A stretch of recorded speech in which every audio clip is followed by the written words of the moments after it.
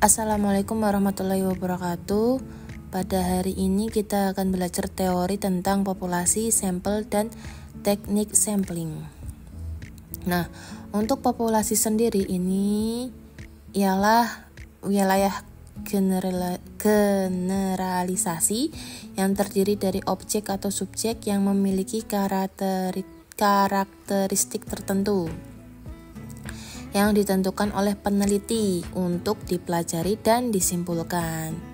Jadi populasi ini tidak hanya terbatas pada manusia, tapi juga bisa yang lainnya, bisa berupa benda, peristiwa, atau gejala alam, ataupun yang lainnya. Nah, untuk populasi ini tidak hanya mencakup tentang jumlah, tetapi juga mencakup tentang sifat atau karakteristik yang melekat pada objek atau subjek penelitian. Nah, lebih singkatnya itu contohnya seperti ini. Jadi ada kata semua. Ya, jadi contohnya semua siswa di SMA Yogyakarta, semua pelanggan toko online selama bulan April, semua botol minuman yang diproduksi dalam seminggu. Nah, populasi ini bisa bersifat terbatas atau tidak terbatas. Kalau yang terbatas itu misalnya 200 karyawan di perusahaan X. Nah, yang tidak terbatas misalnya ini jumlah pengunjung website setiap detik. Setiap detik pengunjung websitenya ada berapa. Ini kan nanti otomatis bertambah terus kan. Nah, jadi kalau populasi itu semua ya, jadi semua yang mencakup, ada kata-kata semua. Lalu untuk sampel ini adalah bagian dari populasi ya, jadi diambil bagian populasinya. Nah, ini tujuan menggunakan sampel ini adalah untuk menghemat waktu, tenaga, dan biaya ya. Tapi tetap mendapatkan hasil yang relevan. Jadi ambil sampel yang tetap relevan. Nah, contohnya ini ya, dari 1000 pelanggan, berarti kan 1000 pelanggan ini kan populasi ya. Nah, dipilih 100 orang untuk mengisi survei. Nah, 100 orang ini adalah sampel. Nah, untuk menentukan sampel itu ada tekniknya. Nah, makanya ini adalah teknik sampling. Jadi teknik pengambilan sampel. Nah, itu ada dua ya. Yang pertama itu adalah random sampling atau probability sampling. Terus yang kedua itu adalah non-random sampling atau non-probability sampling. Nah, untuk masing-masing teknik ini itu ada macam-macamnya. Yaitu yang random sampling itu ada 4 macam ya, 4 macam teknik. Ada simple random sampling, proportionate stratified random sampling, disproportionate stratified random sampling, dan area sampling. Kemudian yang non-random sampling itu ada 6, yaitu sampling sistematis, sampling kuota, sampling incidental, purposive sampling, sampling jenuh, dan snowball sampling. Nah, untuk random sampling atau probability sampling itu adalah teknik pengambilan sampel yang memberikan peluang yang sama. Jadi memberikan peluang yang sama ya bagi setiap populasi untuk dipilih menjadi anggota sampel. Nah, yang pertama itu tekniknya itu ada simple random sampling. Nah, dikatakan simple ya karena itu pengambilannya itu secara acak tanpa memperhatikan strata yang ada dalam populasi tersebut. Nah, ini biasanya itu dengan cara undian, angka random atau aplikasi randomizer. Aplikasi yang buat ngundi lah. Nah, ini contohnya ya, dari 100 siswa, kamu ingin ambil 10 orang secara acak. Nah, semua siswa itu punya peluang yang sama. Bisa pakai kocokan atau random number. Kemudian yang kedua itu adalah teknik proportionate stratified random sampling. Nah, teknik ini digunakan apabila populasi itu mempunyai anggota yang tidak homogen dan berstrata secara proporsional. Nah, Jadi ini populasinya itu dibagi ke dalam strata atau kelompok berdasarkan karakter tertentu. Kemudian sampel diambil secara acak, secara proporsional dari tiap strata. Jadi misalnya di sekolah itu ada 60 siswa IPA dan 40 siswa IPS. Nah, kalau mau diambil 10% sampel, maka yang IPA itu diambil 6, kemudian yang IPS itu diambil 4 secara acak. Kemudian yang ketiga itu adalah disproportionate stratified random sampling. Nah, ini di teknik ini populasinya berstrata ya, tapi kurang proporsional. Yang sebelumnya kan proporsional. Kalau yang ini itu yang kurang proporsional. Jadi seperti poin sebelumnya ya, tapi pengambilannya itu tidak proporsional dari setiap stratanya. Jadi yang contohnya seperti tadi 60 siswa IPA dan 40 IPS. Nah, mau ambil 10 siswa dari tiap kelompok karena ingin meneliti kelompok minoritas lebih dalam. Diambil 10, ini juga 10.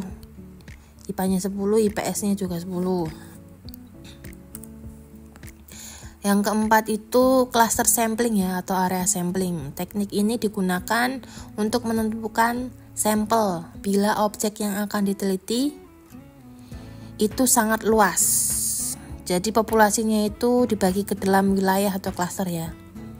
Nah, dipilih secara acak dan semua anggota dalam cluster itu menjadi sampel. Nah, ini contohnya dari 10 sekolah di kabupaten.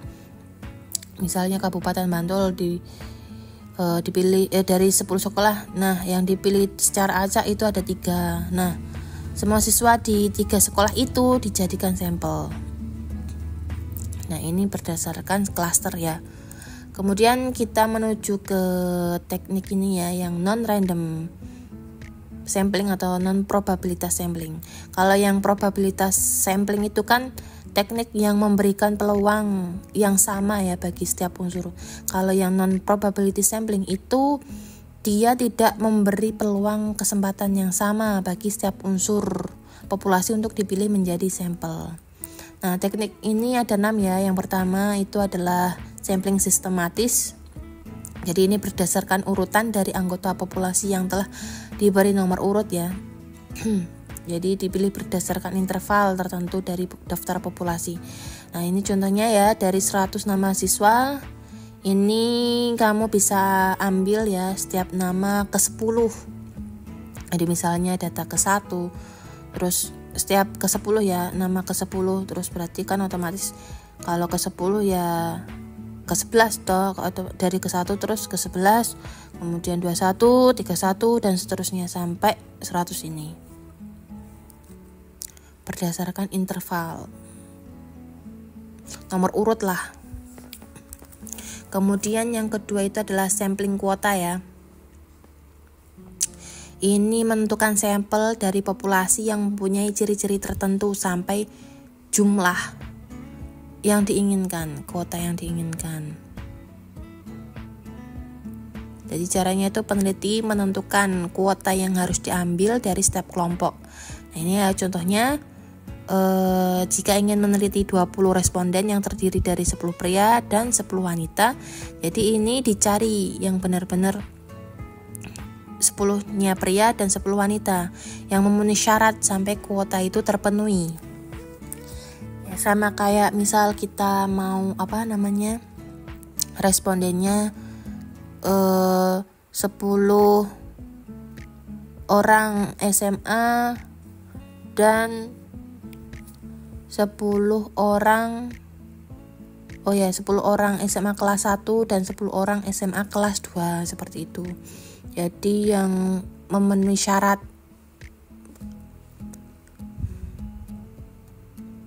sampai kuota itu terpenuhi. Kemudian yang ketiga itu sampling insidental. Nah, ini berdasarkan kebetulan ya. Jadi siapa saja yang secara kebetulan bertemu dengan peneliti, dengan kita yang mencari responden, nah itu dapat digunakan sebagai sampel. Nah, itu bila orang tersebut dipandang cocok sebagai sumber data. Nah, misalnya ini ya, kamu survei ya pengunjung di mall yang secara kebetulan lewat dan bersedia mengisi kuesioner.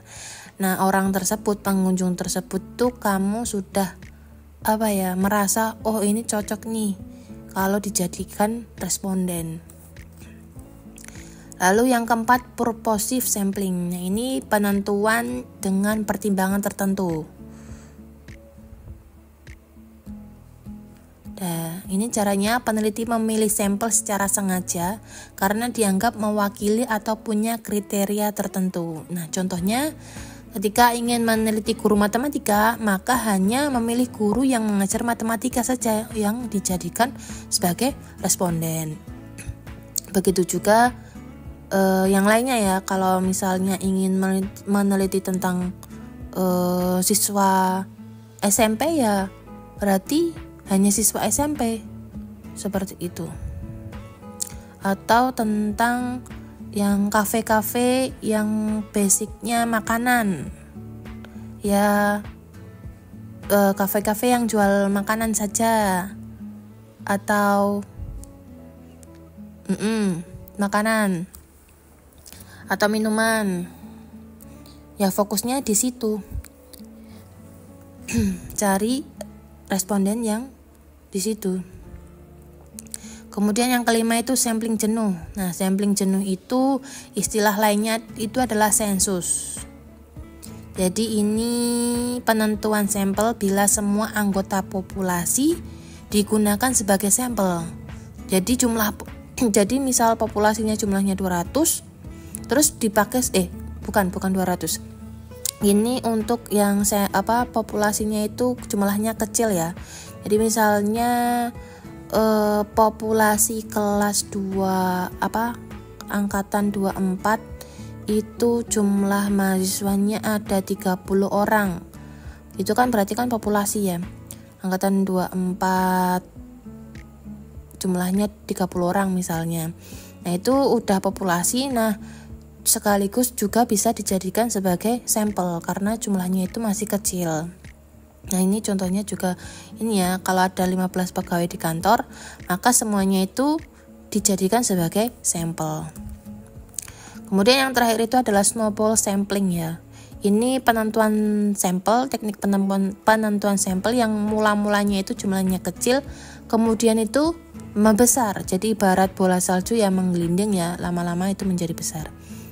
Jadi itu caranya itu responden pertama akan merekomendasikan responden selanjutnya.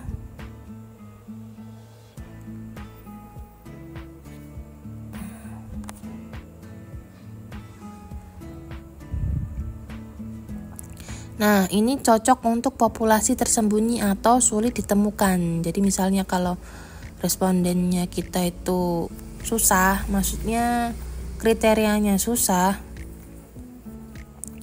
Nah, itu bisa menggunakan rekomendasi responden selanjutnya ya. Dari responden yang pertama, misalnya ya ini ya, meneliti pengguna narkoba. Terus kan otomatis mulai dari satu orang nih. Satu orang ini kemudian dikenalkan ke teman lainnya. Jadi mengenalkan ke temannya. Nah, temannya itu nanti bisa jadi responden. Nah, cukup sekian ya untuk materi ini.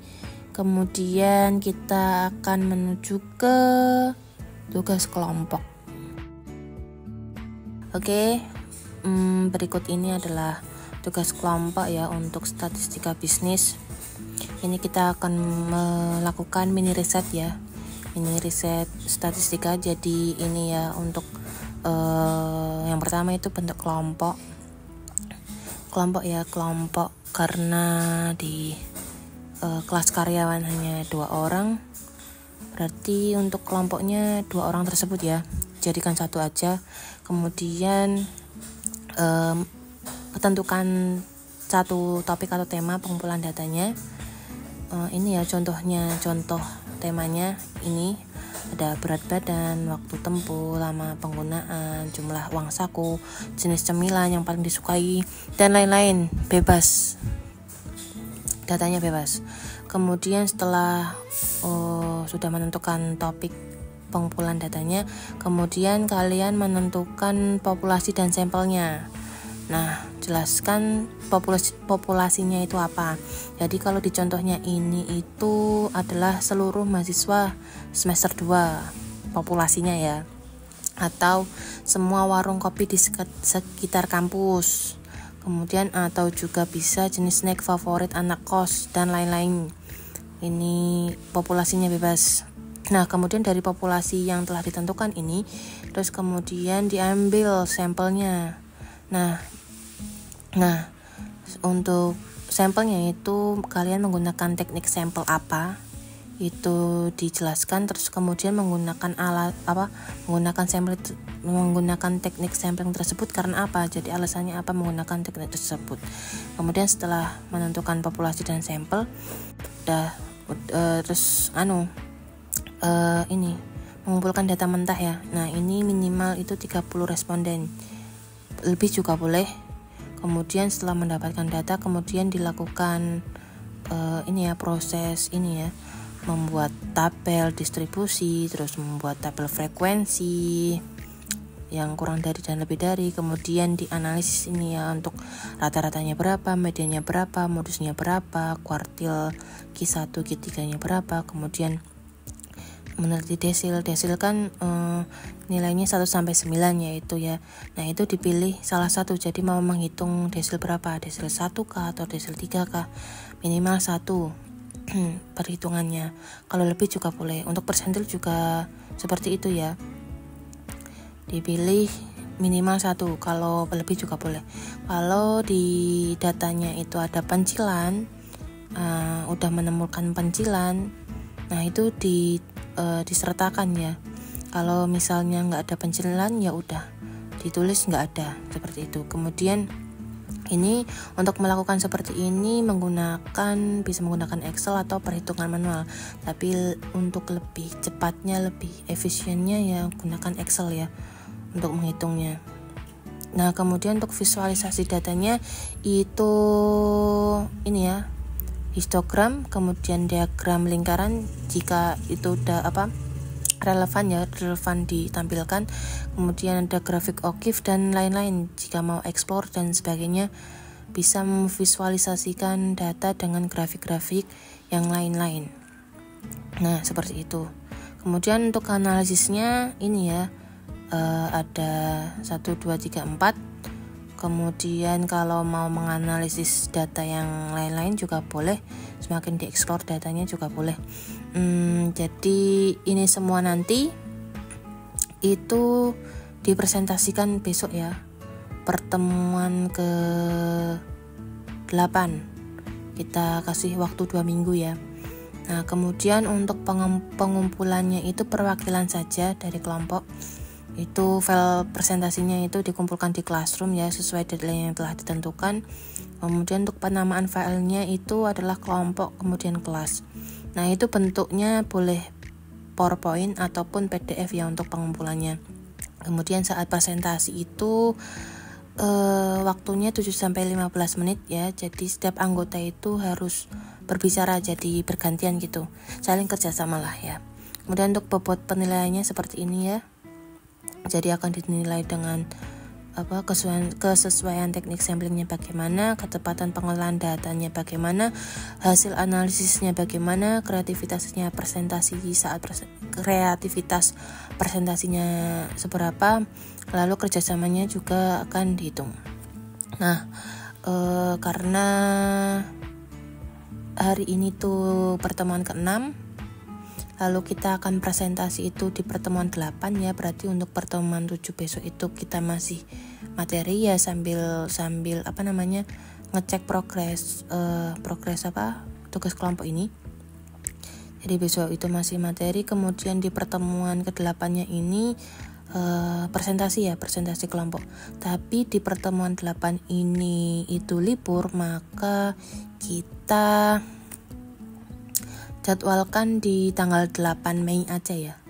Di tanggal 8 Mei itu presentasi. Berarti untuk deadline pengumpulannya itu di sebelum tanggal 8 ya, berarti tanggal 7 ya. 7. Oke, seperti itu. Kalau masih ada pertanyaan bisa chat saja di grup maupun pribadi. Oke, cukup sekian. Ini nanti saya share di Classroom. Oke, kurang lebihnya dari saya mohon maaf. Dan terima kasih. Jumpa lagi besok di kelas.